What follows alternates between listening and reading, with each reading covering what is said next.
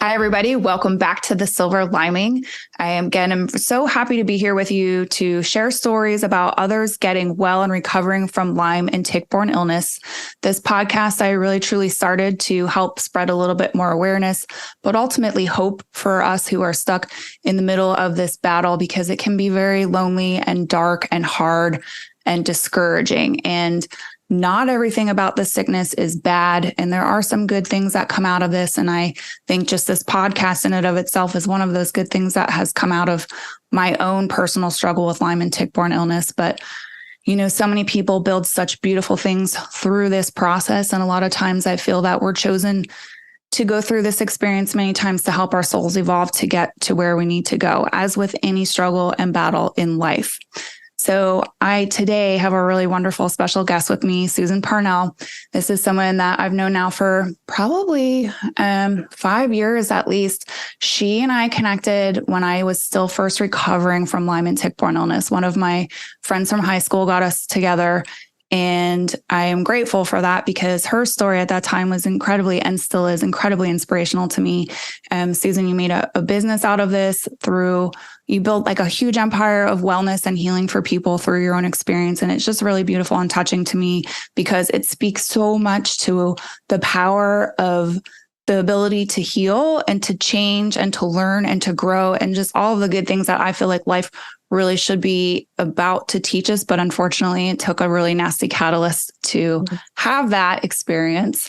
But at any rate, if you don't mind, could you please share a little bit more with us about your story with Lyme and tick-borne illness, how you became infected, if you do know, in fact, when that happened for you, and a little bit more of your experience?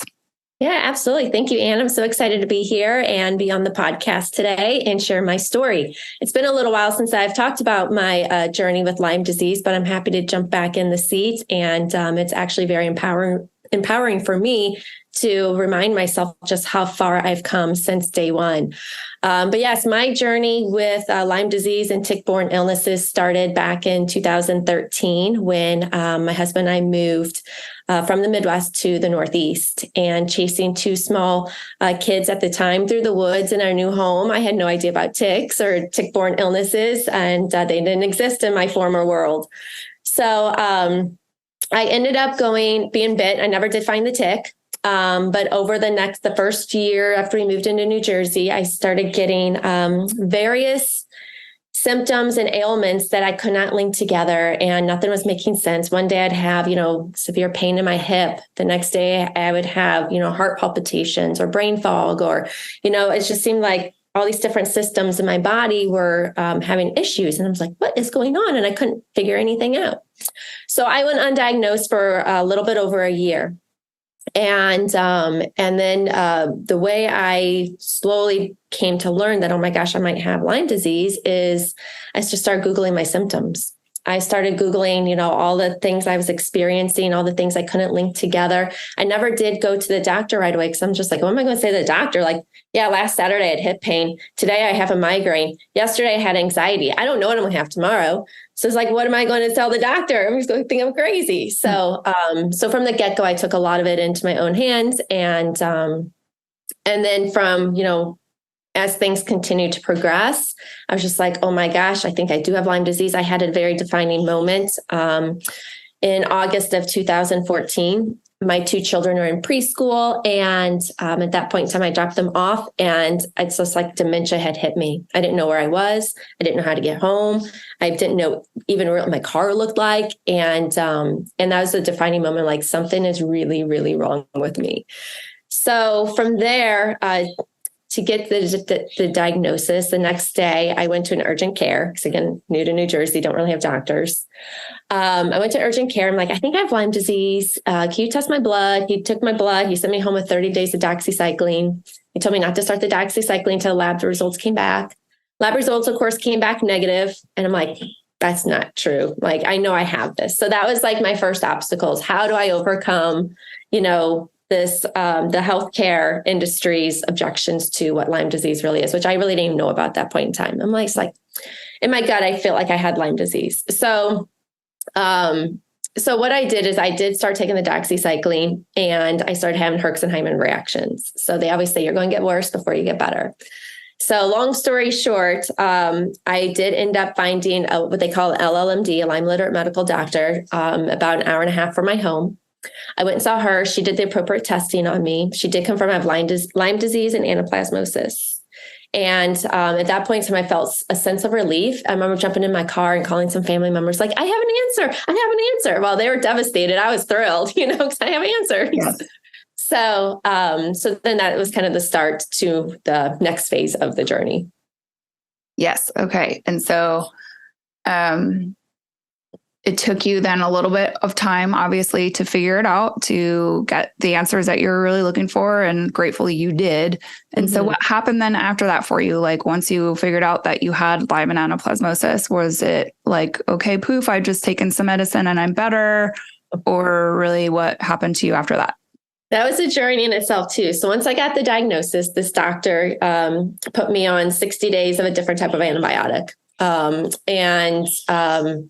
And I went back, I think I saw her twice. And then after the second visit, after the 60 days of treatment, she's just said, sorry, there's nothing else I can do for you. I'm at my max limit of treatment for you and your condition, you should be cured. And I'm like, but I'm not cured. I have 2 babies at home. I got to be there for day in and day out. My husband's travel is an international job. Like, I'm not better. You can't just kick me out like this. And I'll never forget that drive home. And it was probably one of the lowest moments of my life. I felt so alone. I knew I needed support and I had nobody for support. And it was during that drive home that I was just like, you know what? I'm not going to let these microscopic little bugs in me take me down. And I really felt that internal determination really rise up within me. And so I'm going to do whatever I need to do to heal myself. Even if the doctors don't believe me, the medical system doesn't believe me, I am going to take it upon myself to prove them all wrong. And I'm going to persevere and find my health and wellness again. So for the next few months, I really dove into my own research, reading lots of books, learning about herbs. And I'm like, you know what, if I can't get antibiotic prescriptions, I'm going to take the holistic approach and really enjoyed the process of learning about the healing art and nature of herbs. And it's a shame. And I feel like we neglect so much of our internal health in today's modern day society because we neglect and we don't even pay attention to what the earth gives us and what it provides for us. But I found a lot of recovery and healing through herbs. But then also, as I'm navigating this path on my own, I had a colleague or a friend, acquaintance, reach out to me. He's like, hey, you should give this guy a call. He's an infectious disease doctor, but I heard he does really great things with Lyme disease. And of course, in my mind, like, infectious disease doctor, oh gosh, he's part of the problem, but I did give him a call. And he did ask for my labs. I sent him labs that I had from my previous doctor. He accepted me into his practice. And that really was the start of the next phase of my journey. This particular doctor really did understand Lyme disease, how it can be chronic, and how short-term treatment isn't always the answer to complete healing. So he supported my continuous use of herbs and teas, and then also he did prescribe various antibiotics during my journey as well. And he really did also serve as a coach of what to expect, how symptoms could get worse before they get better, and it's a journey. So he really was a coach and a treatment provider for me, while also supporting my growing passion for herbs and the power of herbs and teas when dealing with chronic illnesses. Yeah, awesome. And so how long were you under treatment with him for? So I'm still under treatment with him. I mean, I go once a year now, but my intensive treatment was about 2 years with him. So I would do 60 days on antibiotics, 30 days off, 60 days on, 30 days off. Did that for about 2 years, supported with herbs and teas. I used teas a lot during my healing and treatment process, especially with chasing 2 young kids around. I felt like the teas provided me the most relief from the symptoms of Lyme disease, especially the die-off periods. They just helped really flush my system out. They gave me the nutrients and energy I needed. And I feel like they also helped the antibiotics penetrate my tissues at deeper levels. It helped carry those nutrients deeper into my system. So that was really a key component to my healing as well. I've caught myself saying, like, I feel like teas really saved my life.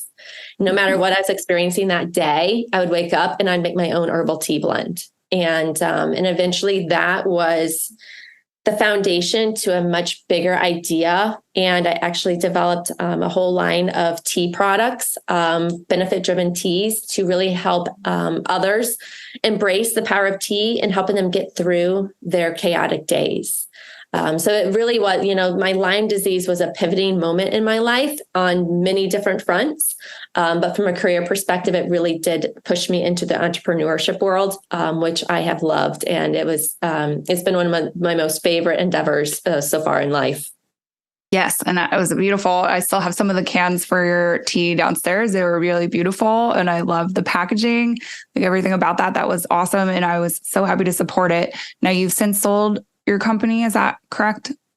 Yes. So in 2018, I'll never forget driving down the road. I'd recently moved and driving down the road alongside a lake, my phone rings, and it was a gentleman from a U.S. national beverage company. And he says, are you actively using the name Wild Leaf? And I'm like, yes, I am. I'm actively in business and selling my product across the nation. And we started a conversation. Long story short, this company ended up buying certain assets of the company. And I did end up selling to them shortly before, about a year before COVID hit, which was a blessing in disguise, largely because the company depended on the global economy. I worked with suppliers that sourced herbs and materials from across the globe. So they always say you just have to trust the journey. And while it was so hard for me to sell the tea company, at the same time, like, I knew this landed in my lap for a reason. I just had to trust the process. And at the end of the day, it worked out just fine, especially given that COVID came there shortly thereafter. Yeah, awesome. And then can you tell me, like, I'm an Ayurvedic practitioner, so I really value teas from the perspective that they slowly dose our body throughout the day. It doesn't spike the liver. It does a lot of nice things to gradually allow things to penetrate through the body. How did you come to learn so much? Like, I'm thinking back to when I was so sick and my brain wasn't working so well. Like, how were you listening to things? Did you read things? Like, how were you able to process all that information to figure out what goes together? And again, I feel like when we met in person the last time, like, you really figured out some combinations to help support you specifically with some of your Lyme and tick-borne problems. Like, how did you get so good at that?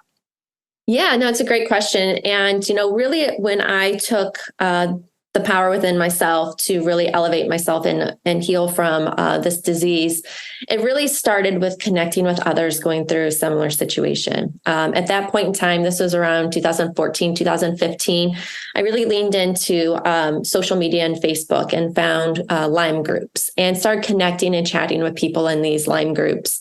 And then on top of that, they would refer me to certain authors and books. And it was just kind of a learning experience that all stemmed from connecting with others that were going through a similar struggle. In regards to how I use teas to help support my daily life is, I really did a lot of reading. I actually started, and as I was reading, I was starting a blog and just to share what I was learning. And then I started getting followers on it. And then my followers were interacting with me. So it's just kind of like this continuous momentum that was being built. And then once I felt like, oh my gosh, I think I have something bigger here, I turned to my husband and said, hey, I really want to democratize the power of teas. Like, Americans are missing the boat here. Like, we all could be so much healthier and happier if we would just take a moment and hold some teas into our daily lives. And what I would do is I would wake up and I would assess, how was that feeling? Did I have a headache? Did I brain fog? Was I feeling anxious? Like, what exactly was it? And then I had a whole collection of herbs that I would purchase from an online herb store up in the state of Oregon. And I would just start making my own concoctions, per se, with tea, with herbs. And after a while, I got really good at making them taste really good. And then when I rolled it into an actual tea company, I worked with a team of research and developers out in California, and they really helped me put a nice little spin and twist on them that really made them appealing. And then we marketed it to millennials and those with really active, busy lifestyles. And the positioning we took with the tea company was, leverage teas to help you get through the speed bumps of life. Like we all have really active lives and our days are chaotic, but teas can help you get through anything. You just take a moment to pause and really let the teas support you in your missions. Yeah. And I love that. And I still can hear it in your voice, not to be that you have passion for this. And so that's kind of cool. See what the future holds for you that way. And then how are you supporting yourself now? Do you find that you're still having to do like some sort of maintenance plan for yourself, or how long have you been in remission or cured? I don't know how people feel, cured, remission, whatever, healthy. Yeah, it's a great question. And I don't know that I ever really have the confidence to say I'm cured because I know how this disease works. And I went through enough stages of remission and flare-ups over the years. But I am happy to say, I feel like I've been in remission since January 2021. So it's been a couple of years. But you know what? I've never lost my new mindset, the mindset I gained from that moment, that car ride home, that, my health is my responsibility and that I have to be my own advocate and I have to fight for the life that I want. And that has always stuck with me. So even present day today, my mental health, my physical health, my emotional health are always my number one priorities. Me, myself is my number one priority. Because if I'm not taking care of myself, I can't take care of my children, my family, my career. So still to this day, my health is always at my forefront. I love it. And that's such a good message for everyone to fully embrace, is that it's not being selfish to take care of yourself. It's critically important for the function of not only you, but your family, your community, everyone else around you. You're just going to have more to give and be able to be in a better capacity to serve and help others when you are taking care of yourself first. And I think a lot of times people feel guilty doing that, and you can't. And that's one thing I come to maybe appreciate about this journey with this illness, sickness, whatever you want to call it, is that it sort of is like a check and balance. And it's a lifelong commitment to making sure that we stay on the straight and narrow path. I think like if we start to veer off, we start to go back to old habits, like staying up too late, eating poopy, doing these things, maybe you start to feel a little funny and it's like, got right back over there. And so it's kind of a nice accountability coach. It is. It's a great accountability piece, if you will. Yeah. I would like to leave it at home sometimes, but it's always there. And that's okay. But it is really critically important to always maintain that connection to self and relationship with self too. And that's part of this journey, I think, is teaching us to listen to self, to have belief and respect for self, to know that we are not crazy. Like we know ultimately ourselves the best. We know what we need and we know how to help ourselves. And it is fully possible. Like, look what you've done. And I just think it's totally amazing and awesome, because not only did you build a really successful company, but you did it while you were really sick and figuring out how to help yourself and to take balance life and make things work and take care of your family and do all the other stuff that you had to do. And that's just amazing and beautiful. And I just have a lot of respect for you from that level.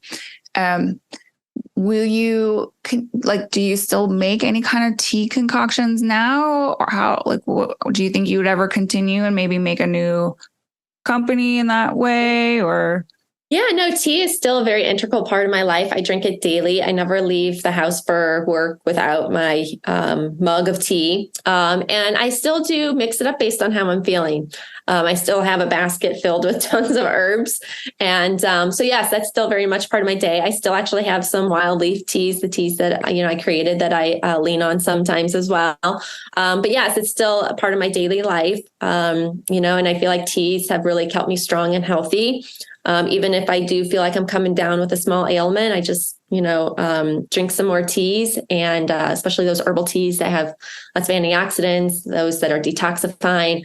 And they really do help keep my health strong, keep my immune system strong, and keep me healthy. And when I'm healthy, my family's healthy. Awesome.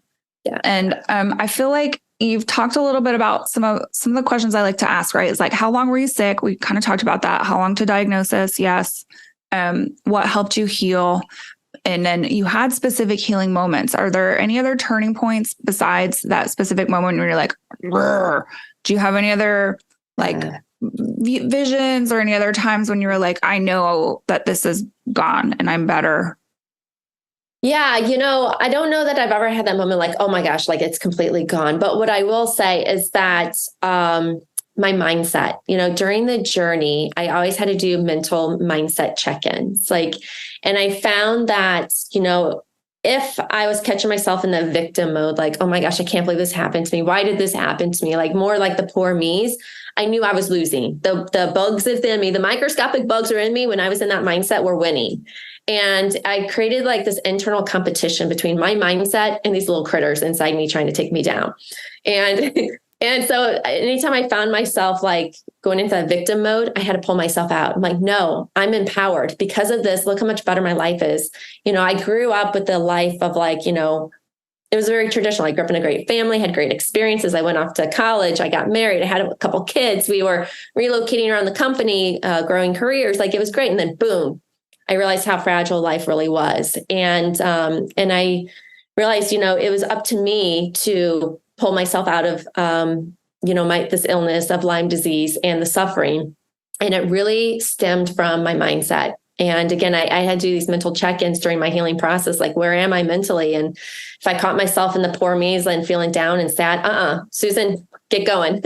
You're empowered. You have a healthier mindset. You now value your health. You got to take care of yourself. And when I'm taking care of myself, I'm feeling more fulfilled. And I'm actually able to live a higher quality of life because my mindset is healthy. But with that, there's also some physical parts during my healing journey that I'm just like, oh my gosh, I am getting better. And once you're in the thick of intensive treatment process, and those that have been in it will probably can relate to what I'm about to share, but you actually begin welcoming the herxenheimer reactions, like where you start a new treatment and you start to feel sick and then you feel better and then you feel sick again, you feel better. But I started using those herx reactions as a measurement of how sick I was. So at the beginning, oh my gosh, I would take some antibiotics and my body would just hurt so bad. And I would take a detox bath with Epsom salt and baking soda and soak in that hot tub for 30, 40 minutes and stand up and like, oh my gosh, collapse right in bed and go to sleep for 12 hours. Then as I continued through my journey, I was able to see exactly where my Lyme disease was based on how my body responded with the herxenheimer and those detox baths. So those were kind of like my barometer as to when I was getting better and when I was going backwards. So that was kind of like what, the measurement I used based on feeling and how I responded, but also definitely my mindset. And I was very stern with myself. I could not be a victim and I had to maintain a positive outlook on life. I love that. I really love that because there's so many times when it's like, this is such an intangible thing. And how do you really measure improvement? So that's a really good physical way for people to keep in mind to be able to check their bodies a little bit more and I've thought about that before, is like when you are first starting a treatment and you get that horrible herx reaction and you're just like, it's kind of exciting because it's like you're poking at it, like you're getting at it, right? You're starting to get to where you need to, you're penetrating into it. And then again, gradually, I see it more as like layers of static. They slowly get smoother. We're able to smooth that surface. And so those reactions are less and less volatile because we've just got the overall atmosphere that much calmer in our bodies through time. Usually that is, I think, one of the things that we have to remember. And I don't want to discourage people that you can't heal overnight, but it does take a little bit more time. And so the mindset lends well to that journey with time, right? You have to have the mental mindset to be able to withstand and keep going and not let the little microscopic bugs win. Because I feel like, especially if for me, when I get too tired or I'm not taking care of myself enough, that's when those things really are much more active, those negative thoughts or like the thoughts that woe is me or whatever. And so it's really, this whole thing, it's like you have to go from every angle. It's like making sure you get enough sleep, enough nutrition, proper exercise, exposure to fresh air, all of the good things that we are to do to take care of self. But keeping strong mental attitude will be a lot easier when we're doing these other things, but they all kind of go hand in hand. And so that's good because it's not easy. Like when you're feeling like poop every day and you're trying to figure out even what's wrong with you or like what's going on, how do you have a good mental attitude? How do you maintain a positive mind frame? Did you have certain techniques that you relied more on to kind of, that's a great question. And really it was a learning. It was a skill I had to teach myself. And basically I just focused on developing a sense of gratitude, no matter how bad I felt, no matter what challenges I had going on in my life. No matter what it was, I'm like, okay, focus on 3 things I'm grateful for. And I remember there was one day I made a list of like 10 things that were like my default list. No matter how crummy I'm feeling, these are 10 things I'm grateful for. And here's another list of 10 things that I can do to make myself feel happy. It's all about investing in the self and just having that positive outlook. But really it's embracing a life filled with gratitude that has really helped pull me through those tougher times, and realizing that life, no matter how bad I'm feeling, it could always be worse. So it's your mindset, it's your outlook on life. And I feel like it's really my outlook on life and my determination to say, hey, I'm not letting these microscopic critters and bugs take me down. That's what really I felt propelled me into the healing journey. And one of the reasons that I am so healthy today is because of that mindset. Without that mindset, I don't know where I would be. I probably would still be suffering, debilitated, filled with anxiety and just pain. But I do attribute a lot of my success to my mindset. Yeah. And that was one question I was thinking about, but I feel like in your opening statement, you answered it. It's a skill that you had to learn and to practice. Like, I was wondering, do you think you're just like born like this, that this is just how you are, or no, this is a skill that you had to learn. So other people listening, you can learn this. It does take practice, just like everything that you want to get better at. Picture you're exercising your muscles to get stronger in this area. And you just have to be resilient and keep trying. Don't give up and don't be too hard on yourself. Don't judge yourself too much if you're not perfect at it out of the gate. There's a reason they say practice makes perfect. I don't like to think about being perfect, though. It's like practice just makes better. And you just can keep trying and don't give up on yourself. And do acknowledge, I think partly what you're making me think about as well is just seeing the illness as a different entity from yourself, and giving yourself enough space to see that over there and acknowledge that, no, that's not you. I see you, sickness. I know that it's you trying to talk through me and make me feel this way, but my body is in line with feeling healthy and whole. And you just stay over there with your chaos and destruction. And you're not going to win. Exactly. And I think that's a great point, is really separating the disease from yourself. Mm-hmm. Yes. And I also was thinking about you. I don't know if it was when we started recording or before when we were talking, and you just had said, well, I think it was when we started recording, that you hadn't really talked about this story much recently. Mm-hmm. And in my eyes, I feel like that's a true sign of healing, because you haven't really thought about it for a while.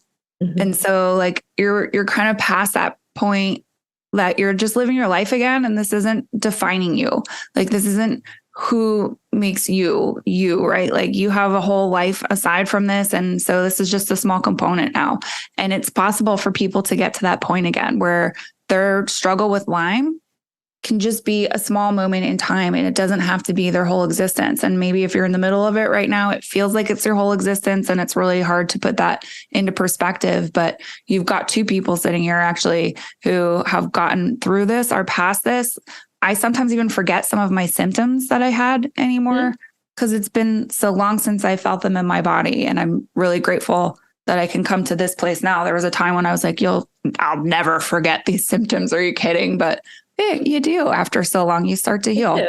You start to heal. And it's very empowering. And I do forget just how bad it was, but at the same time, I'm so grateful. This was such a defining chapter of my life. Mm-hmm. And I would not be the strong person I am today without it. So, and I've always said this, even when I'd be on interviews for the company I had with Wild Leaf, I always said, while it's the biggest struggle I had suffering through Lyme disease and overcoming Lyme disease, it's my biggest blessing as well, and, I'm very grateful for the challenges. They always say growth comes from pain, and it sure does. And I learned a lot, not only about myself, but a lot about business, about helping others and empowering them in their lives through the tea journey, and it's just a very empowering experience. So, while so many are struggling today, just if they have the right mindset and the right tools and resources, it could actually be a huge asset to life on the other side.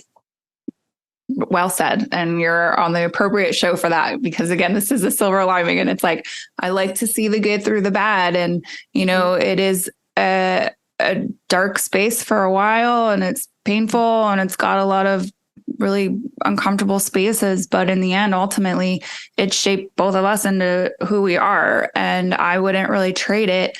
I mean, if I could have skipped it and still gotten the knowledge I've got out of it, maybe I would have done it, but I still wouldn't, it wouldn't mean the same. And I wouldn't have had, like you really can't change it. And so, I don't think I would volunteer myself to choose a life that had such sickness involved with it. But again, in the end, it's like, I'm super grateful for it because it's taught me so much and it's made me such a better human. And I really just value life so much differently and better. And I'm so grateful. And that's exactly what I want to share with people. And so again, you couldn't have said it really any better. It's like, it sucked for a while, but it was an amazing journey, and it's beautiful to look back on. I think you can see yourself and like how sick you were. And it is very empowering, and just to see how much like fuller of life and stronger and better that you come out of it. Like you're just like the phoenix, like you're rebirthing yourself in a sense. Yeah. And I think another skill I developed for my struggles with Lyme disease too is embracing uncertainty.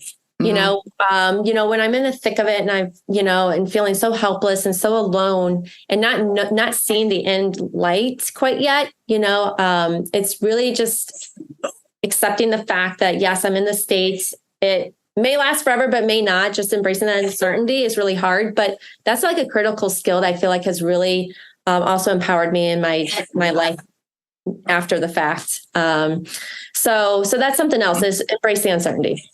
Yeah, I like that a lot. I've never really thought about that before, but it is very much, because you never know what you're going to wake up to that day, or what your body's going to be experiencing, or really what lies ahead. But I think it goes back to that mindset of just really, truly buying into the fact and believing that whatever it is going to be is that you're going to get better. Like whatever happens that day might not be pleasant, but in the end, you're going to get better. Yes, it's a journey. You just gotta trust the journey. That's right. A lot of ups and downs and a lot of ins and outs and twisties and turnies, and it's all good, because ultimately, again, hopefully everyone can get better. And I've thought about this before too. And I don't know, maybe this is a weird question, but like, have you ever thought about why some people get better and why some people don't? Is that ever anything that you've thought about? And like, do you have any thoughts about that? Yeah, I have thought about that, and I honestly feel like I could have been one of those people that never got better. I was really debilitated by Lyme disease. And, especially cognitively, had a lot of heart ailments with it, pain. And, but I do believe the power is in the mindset. I made a choice to overcome this. I didn't have to make that choice. And if I didn't make that choice, I probably would have succumbed to the healthcare system. I'm like, nope, sorry, 2 months, you're done. There's nothing else I can do for you. I probably would have accepted that. But it's, it's being your own advocate and really pulling yourself out of the throes of the world, society around us, and creating our own destiny. So yeah, I think I very well could have been that person, never got better, but I insisted that I don't become that person. And so I propelled myself forward. So I personally think it might be hard for some to hear this, but I personally think it's a choice. We can choose to take one step forward, or we could choose to stay where we are. Yes. And it's like, you're making me want to cry. Like my whole body's like resonating on that. And I know it is like kind of maybe rude or like harsh to say to people, in a sense, like, you're making a choice, but do you feel that choice that people are making? Because I'm in total alignment with you on this. Do you think sometimes, though, is that choice that they're making conscious or subconscious? And I just, like, I try to remember in my own healing, like, where did I figure out that I could get better? And like, where did I really make that decision deep down inside? Like, it's like way down inside, I can feel like down split to my core. I was so committed that I was going to get better. And I was just, basically middle fingers blazing. Like, I don't care what anybody says, I'm going to get better. But like, why was I so committed? And why was I so okay to just like go with that? And what makes the difference for people are they even aware that they're making the choice to stay sick? Because I do think that's what it comes down to, is that people are making that choice to stay sick or to get better.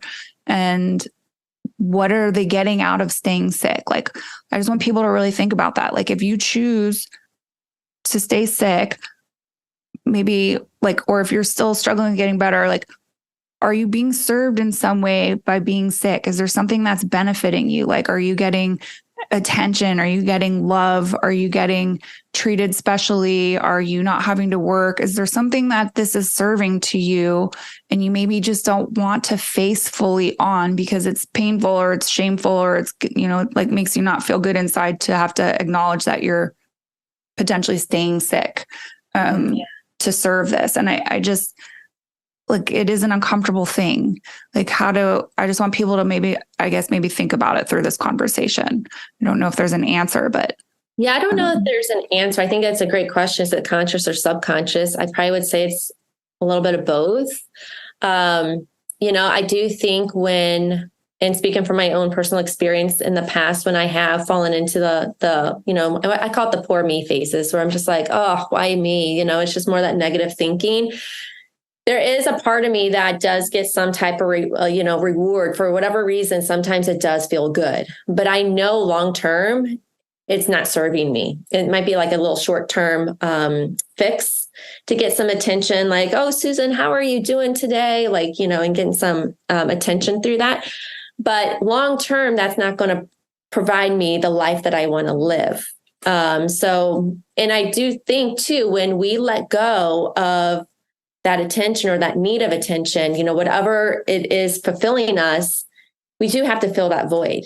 And I think a lot of times it comes down to, what are we going to fill that void with? If I'm letting go of this, negative thinking and the attention that comes with it, what am I going to fill that hole with? And a lot of times that pushes us out of our comfort zone. Maybe I have to start investing in myself. Maybe I have to try a new hobby. Maybe I have to practice self-care in a level I've never practiced self-care in before.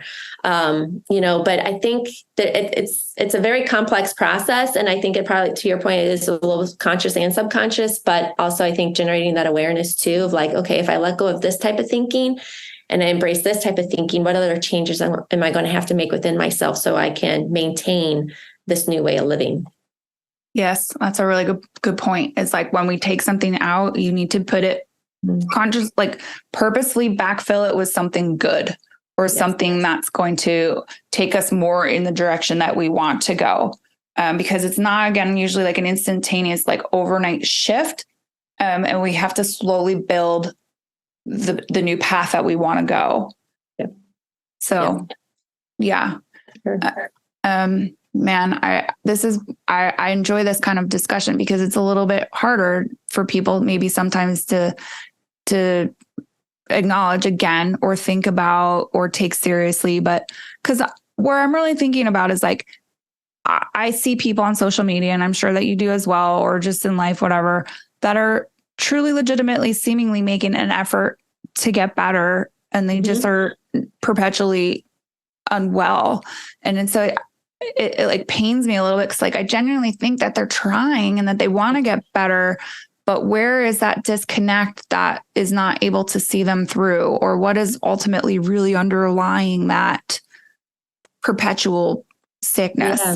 And only having gone through it myself, and I truly feel that there was such connection between body, mind, and soul, some trauma, some different things that I've experienced that push me in that direction that I really had to wrestle with to get back onto a healthy path again in life. So it's not like I've not done this hard work myself to get myself there, but I wish that there was like a manual to give to people to say, this is how you deal with these demons or, these dark spaces in self. Like, and I'm always just kind of fascinated by other people and how they sort of figured out and deduced that conclusion or found ways to get themselves there. And it really isn't one straight path. Like you said, it's starting out talking to people and getting a reference here, getting some information there, and then you get exposed to something else and it opens up a new level of advancement for you to go through. And I think sometimes too, it's like a lot of leveling up in this. I mean, and you and I just looking back on our own journey, it's like where we were 10 years ago. And every human, I hope, can look back and say, wow, who I was 10 years ago to where I am now is night and day. And I'm not even that same shell of a human. Yep. And we get ourselves there on our own, like being our own advocate and really figuring out ways to do it for ourselves and what works best for ourselves and learning how to listen to self. Like, how did you get so tuned in with yourself to even learn to trust yourself or to have that relationship with yourself to know what you needed to do to get yourself better? Yeah. I think, one thing I had to do is really kind of quiet the mind, quiet the fears, quiet the anxiety, and really take an assessment of how I'm feeling. One thing I did learn to do while I was sick with Lyme was I learned how to meditate. And through meditation, a lot of times you do body scans, and just learning how to quiet that mind and really tune into my body helped me better understand, possibly, where Lyme might be acting up, or, how sick am I? What path am I on right now? So, it's really for me, it was about quieting the mind and really dialing into myself. And again, is on all levels, emotional, spiritual, physical. So in all levels, it took, calming it all to really hone in on myself and see what exactly was affecting me. Yeah. And again, I think that would probably be something that's refined through practice. Yes. And so for the listeners, just keep in mind, wherever you are in your journey right now, you can keep morphing into the direction that you want to go. You've got to start somewhere. If this is just the beginning for you, it's going to be okay. There's people like me and Susan who have been in this for a long time. You can reach out, listen to us, follow us, whatever it is that helps you have those little kernels that will sprout for you later, right? Like, it's just, if you're far along in and you're almost to the end, like, awesome, kudos to you. And I'm sure that you've learned so much already, but wherever you're at, you can just jump in and start. Begun is half done. I always like to think that, and keep going. Don't ever give up on yourself, because you will get better. And it's sometimes a really long, slow battle. And there will be turning points for you. I think that you'll be like, okay, I've got this again. Sometimes it feels like a runaway train, but it's not a sprint with this. It's definitely more of a marathon. And just take your time, be kind to yourself, love yourself. Know again that healing is possible. You can hear lots of stories of people who have gotten better. Susan's is a great one. She has 2 kids that I've seen grow up how old are your kids now? 12 and 14. I was like, that's teenagers by now. Yeah, they were little when we first met. They were babies when I was sick. Yeah. Yeah. And to see you grow and learn and evolve through this process and this experience with sickness, like, you've gotten yourself better. It's been a long time though. You started to get sick in 2013. You were into remission in 2021. That's 8 years of your life that were consumed by this, and you're still on maintenance, but you're better. And so that's the idea that I really want people to grasp onto here, is that you'll go through some of the darkest days of your life, but on the other side, you come out and you're in a much better place and just so much stronger, better, smarter, wiser, and you can serve others a lot better. And I think many of us go back into that capacity, and we share our stories, we teach others, we want to help others kind of shorten their journey with this if possible, because we know what an expense it is. I mean, that's another thing, like the financial side of it. We didn't really touch on that, but I feel like that was pretty harsh on you and your family, like most people with Lyme and tick-borne illness. Do you have, as a last thought, like any other words of advice or encouragement for people going through this? Again, I feel like you've really touched on some serious things with mindset, taking care of yourself, self-love, giving yourself enough space to heal. Is there anything else that you could think of, maybe that, or just like one specific thing you want to leave with people? Yeah, no, if I had to summarize my experience, it's really all about managing your mindset, as Ann just said, also maintaining your faith. I did rely on my faith a lot and help control my mindset through my faith. Also, finding a doctor that I trusted, that I could bestow my trust upon, really helped give me the confidence that, yes, I can get through this. These little bugs aren't taking me down. And also, I found a lot of comfort in healing in teas and herbs, but find your thing that really helps propel you forward. So I was able to develop a passion. I went into Lyme disease not knowing a thing about herbs or teas. I don't think I had anything besides a Lipton black tea my whole life. So definitely use this as an opportunity to learn, to really invest in yourself, embrace the uncertainty, and just know as long as you keep taking one step forward, you will get to the other side. And it just takes time, and just trust that process. Yes, trust. This is a big one. Trust and belief. And my final question then, what is the best thing that's happened to you as a result of getting Lyme and tick-borne illness? I'd say the way I live my life now, I'm such a happier individual. I have such a greater appreciation, and my life is filled with gratitude. I still have a lot of things going on in my personal life, but I still walking around life very successful, the big smile on my face, lots of connections around the community and at work. And really, it's just the mental strength and the emotional intelligence I have that I gained through this experience that has really elevated my quality of life and my outlook on life. And for that, I will forever be grateful. Yes. Yes. That's beautiful.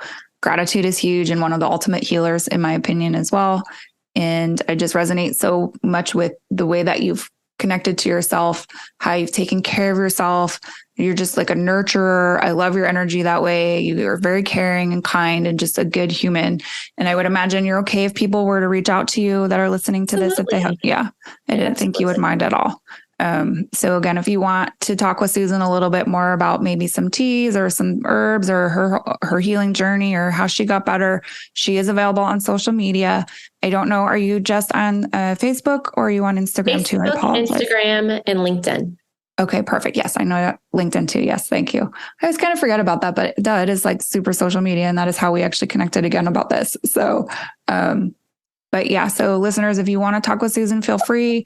If you want to reach out to me for any questions about anything, also feel free. But I would encourage you to please, if you got any value out of this, to tell people about this, especially in the Lyme and tick-borne illness community, because I've gotten some really nice feedback just saying how much this has helped people in their healing journey to feel better. And that's really what it is all about, is just helping people on their healing journey. So if you don't already subscribe, please do. Feel free to share this episode. And I look forward to sharing more stories with you like Susan's of people who have recovered their life, gotten a good quality of life back, and enjoy living again. It is possible.